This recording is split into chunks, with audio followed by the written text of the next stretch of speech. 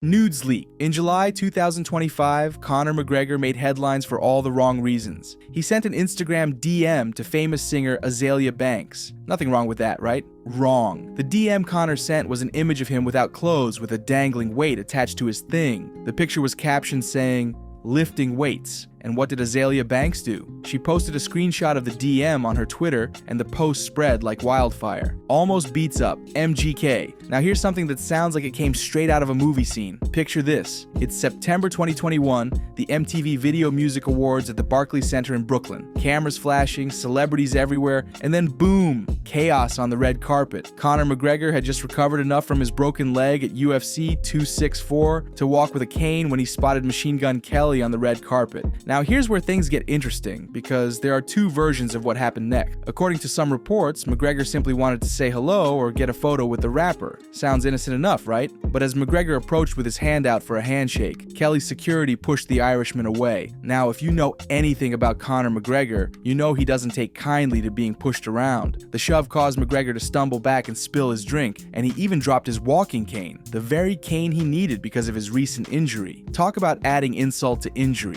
Literally. So what did the notorious one do? McGregor started mouthing off to Kelly before throwing the rest of his drink in Kelly's direction and lunging at him. The red carpet turned into a scene straight out of the octagon, with security rushing in to pull them apart. Photos captured McGregor attempting to throw a punch, even though Megan Fox was standing between them. But here's the twist. McGregor's representative denied that he asked for a photo and insisted that McGregor didn't instigate the incident. When asked about it backstage, McGregor brushed it off as absolutely nothing, saying, "I only fight real fighters, people that actually fight. I certainly don't fight little vanilla boy rappers." Machine Gun Kelly, when asked by reporters what happened, simply made a noise with his mouth, hit the microphone, and walked away, keeping his silence on the whole situation. Beat up Mascot. Alright, this next story is absolutely ridiculous. Picture this. June 9th, 2023, Game 4 of the NBA Finals. Miami Heat versus Denver Nuggets at the Kaseya Center. The crowd is hyped, the energy is electric, and then Conor McGregor shows up. Now McGregor wasn't there just to watch the game. He was there as a promotional gimmick for a pain relief spray and was already being booed by many in the Miami crowd even before anything started. Not exactly the warmest welcome, right? So here's how it went down. During a third quarter stoppage,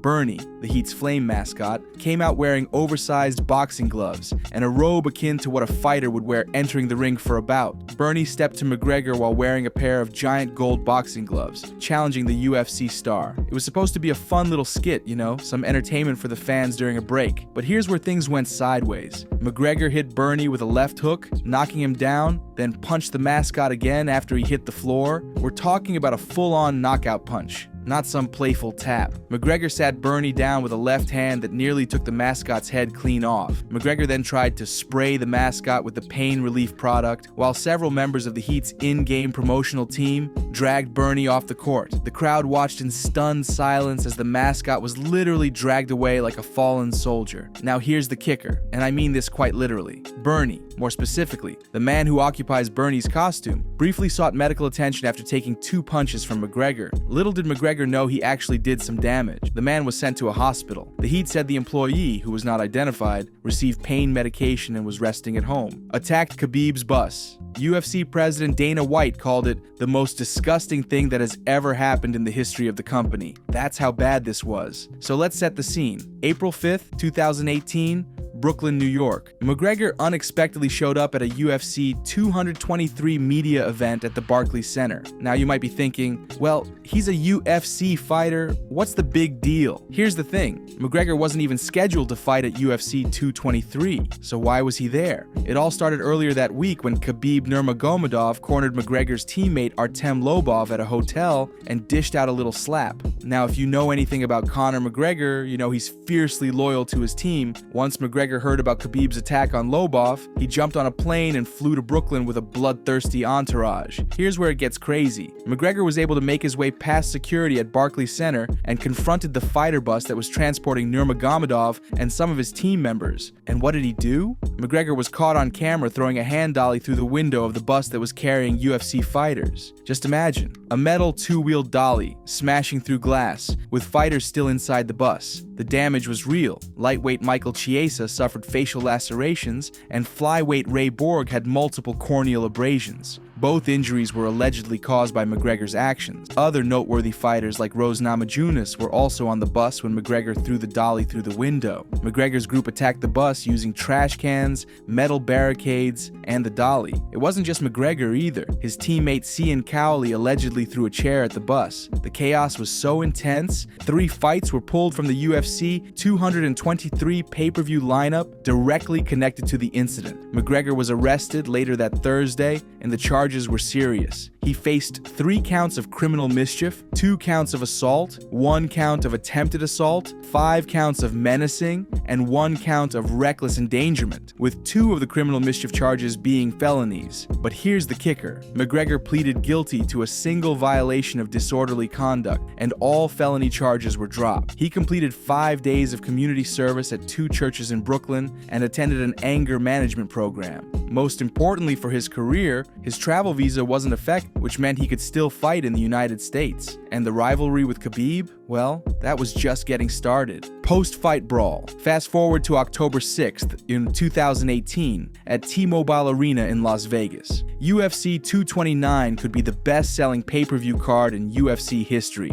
and the anticipation was electric. This wasn't just about a title fight, this was personal. Nurmagomedov and McGregor made no secret of their mutual loathing in the past few months, and the UFC even used footage of McGregor's attack on the bus to promote UFC 229. The fight itself? Let's just say it didn't go McGregor's way. Nurmagomedov defended his 155-pound championship at UFC 229 by submitting McGregor at 3:03 of the 4th round via rear naked choke. McGregor tapped out. The fight was over. Khabib won. But here's where things went completely off the rails. It should have been a moment of triumph for Khabib Nurmagomedov, but instead, a few seconds after Conor McGregor tapped Khabib Nurmagomedov's arm and submitted to the champion's choke, Nurmagomedov climbed the cage and leaped at the men in McGregor's corner, setting off a prolonged brawl inside and outside the octagon. Immediately after the bout, Nurmagomedov jumped over the octagon and got involved in a fight with Dylan Dennis, a Bellator welterweight who also is McGregor's jiu-jitsu coach. But the chaos didn't stop there. Moments later, 2 men jumped into the octagon and began throwing punches at McGregor, who was still recovering from the contest. Now, according to McGregor's own account, he wasn't just going to sit there and take it. McGregor said he saw Khabib's brother coming towards him like a Christmas present, and as he jumped on top of the cage, I smacked him right in the eye socket and we started fighting on top of the cage. McGregor even claimed that one of Khabib's team members threw a right hand. As he threw that right hand, I threw a left. Boom! There's an image, an aerial image of the right hand just whipping by my face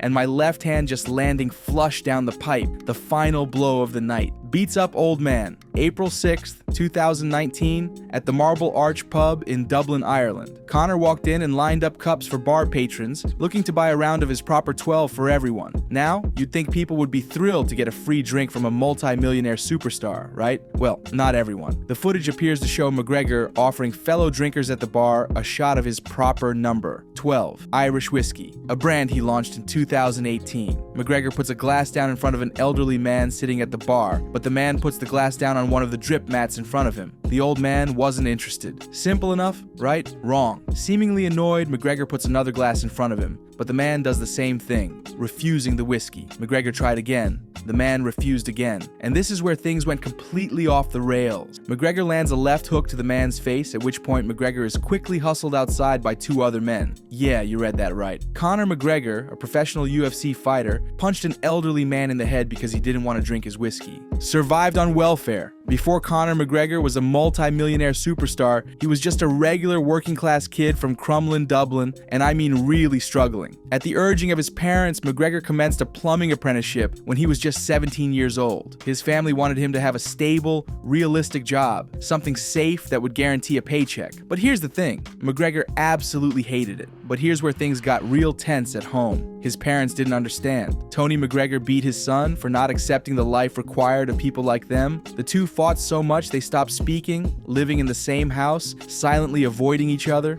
In a heated conversation, McGregor swore at his dad that he would regret his actions as he was going to be a millionaire at 25. Bold words from a kid with nothing but a dream, right? After quitting plumbing, life got incredibly tough. During this time, he survived on his prize earnings and unemployment benefits, receiving emotional support from his girlfriend, Dee Devlin, whom he began dating shortly after quitting his plumbing job. His girlfriend had to support their family while he chased what seemed like an impossible dream. And get this, only a few days before McGregor's star making debut UFC fight against Marcus Brimage in 2013, he received a welfare check of 188 euros. He was literally cashing welfare checks just days before his UFC debut. But after that first fight, everything changed. McGregor won by technical knockout in the first round and earned a $60,000 bonus for scoring the knockout of the night. And McGregor now owns a luxury yacht which he named the 188, a reference to the amount of his 188 euro weekly benefits check before his career took off. Leg break. It's July 10th, 2021, UFC 264 at T-Mobile Arena in Las Vegas. This was the rubber match, the trilogy fight between Conor McGregor and Dustin Poirier. The fight started off with McGregor looking aggressive. The Irishman started aggressively by targeting Poirier with leg kicks. Early on, McGregor looked sharp. He was landing heavy low kicks, and his left hand connected too. For a moment, it looked like the old McGregor was back. Then came the moment that changed everything. After McGregor got up from a long stretch of punches and elbows, McGregor missed a punch in the final seconds, before stepping backwards only for his left leg to snap underneath him. With the severity of his injury suddenly obvious, and referee Herb Dean waved it off, convicted of rape. In November 2024, Conor McGregor was found liable in a civil rape case. Nikita Hand claimed that Conor took her to a bedroom, choked her, and raped her. And the paramedic who examined Nikita the following day testified about seeing unusually intense bruising. At first they tried to form a criminal investigation, but it got closed because of insufficient evidence. And that's when Nikita pursued a civil lawsuit instead. McGregor appealed and lost. The result of this was a massive hit to his public image and popularity, along with him being dropped by sponsors and losing his role as ambassador for his whiskey company.